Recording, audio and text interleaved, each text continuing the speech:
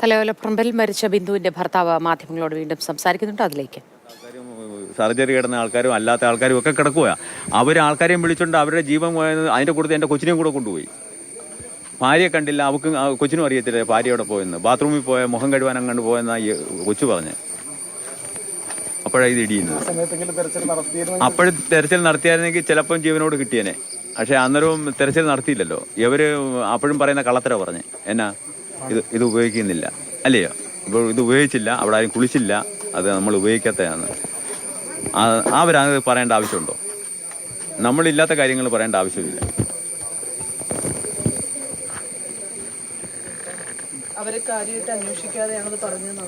തീർച്ചയായും അവർ കാര്യമായിട്ട് അന്വേഷിക്കാല്ല. അവരെന്നെ അങ്ങനെ പറഞ്ഞെന്ന് ഞാൻ ആലോചിക്കുന്നത്. അങ്ങനെ എന്നാ പറഞ്ഞേ?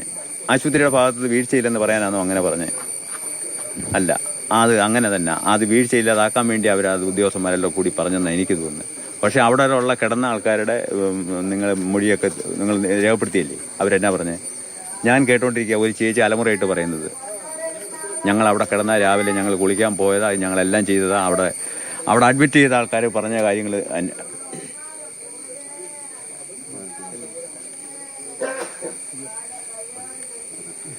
സാമ്പത്തിക സഹായത്തെ കുറിച്ച് അങ്ങനെ എന്തെങ്കിലും ആരെങ്കിലും ഇല്ല, അങ്ങനെ ഇന്നലെ വന്ന് പറഞ്ഞ് അവർ ബോർഡ് കൂടി തീരുമാനിക്കാന്നാ പറഞ്ഞത്. ഇപ്പം മുഖ്യമന്ത്രിയും അവിടുത്തെ പിന്നെ സൂപ്രണ്ടും എല്ലാവരും കൂടി ഒരു തീരുമാനത്തിലെത്താം. അവർ ഇന്നലെ മുഖ്യമന്ത്രി അവിടെ വന്നായിരുന്നു. മുഖ്യമന്ത്രി ഇന്നലെ അവിടെ വന്ന് എന്നെ കാണാനൊന്നും വന്നില്ല. അവിടെ കണ്ട് അവിടെ രണ്ട് പരിപാടി ഉണ്ടായിരുന്നു പുള്ളിക്ക്. അവിടെ വന്നപ്പോൾ ഈ സംഭവമൊക്കെ അറിഞ്ഞ് അപ്പോൾ ഇവർ ഇന്നലെ ഇവിടെ CPM-ന്റെ ആള് വന്ന് ഇവിടെ വന്ന് വീട്ടിൽ വന്ന് പറഞ്ഞു. അപ്പോൾ അനിൽകുമാർ സാറാണ് പുള്ളിക്കാർ ചാനലിൽ വരുന്നത്. പുള്ളി വന്ന് പറഞ്ഞ് ഇത് കണക്ക് കൊച്ചിന്റെ ചികിത്സയുടെ കാര്യം, ഓപ്പറേഷനൊക്കെ നമുക്ക് ഉടനെ ചെയ്യാം, അത് നിങ്ങളുടെ സൗകര്യത്തിൽ ചെയ്യാം, ബാക്കിയുള്ള കാര്യങ്ങൾ ഞങ്ങൾ മുന്നോട്ട് വെച്ചിരിക്കുക, അത് എന്താണെന്ന് വെച്ചാൽ അതിന് വേണ്ട കാര്യങ്ങൾ ചെയ്യാമെന്ന് അവർ പറഞ്ഞു. ഞങ്ങൾ പറഞ്ഞു അങ്ങനെ ആയിക്കോട്ടെ, നമുക്ക് പോകാനൊക്കെ ഇല്ല, പോയില്ലയോ.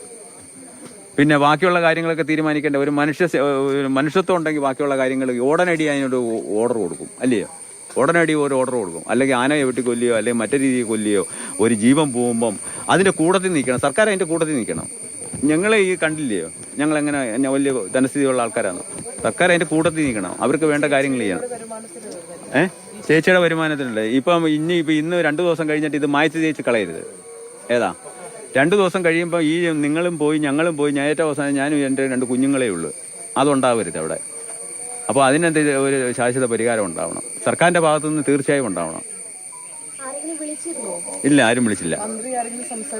ഇല്ലില്ല, എൻ്റെ അടുത്ത് ഭാസ്മ സാറൊക്കെ അവിടെ വന്നു. എൻ്റെ അടുത്ത് എന്നെ അറിയത്തില്ല, എല്ലാവരും ചോദിച്ചു പറഞ്ഞ് വരണ്ടായോ, ഇന്നാളെ ഭർത്താവോടെ അവിടെ ചോദിച്ചാൽ മതി. ഞാൻ അവിടെ 3-4 ദിവസം കൊണ്ട് ഞാനുണ്ട് അവിടെ. അപ്പം ഞാനുണ്ടെന്ന് അവിടെ ഉള്ള എല്ലാവർക്കും അറിയുകയും ചെയ്യാം. അപ്പം എന്നെ ഒന്ന് കാണണ്ടായോ? എന്നെ കണ്ടില്ല. ഞാൻ എനിക്ക് അതിനുള്ള മാനസികാവസ്ഥയില്ല. ഇത് അറിഞ്ഞപ്പം തന്നെ ഈ ജീവൻ എൻ്റെ തടിയിൽ നിന്ന് പോയത്. ഞാൻ അപ്പോഴും വിചാരിക്കും ഞാൻ പോയാൽ മതിയായിരുന്നു, ഇവിടെ പോരും.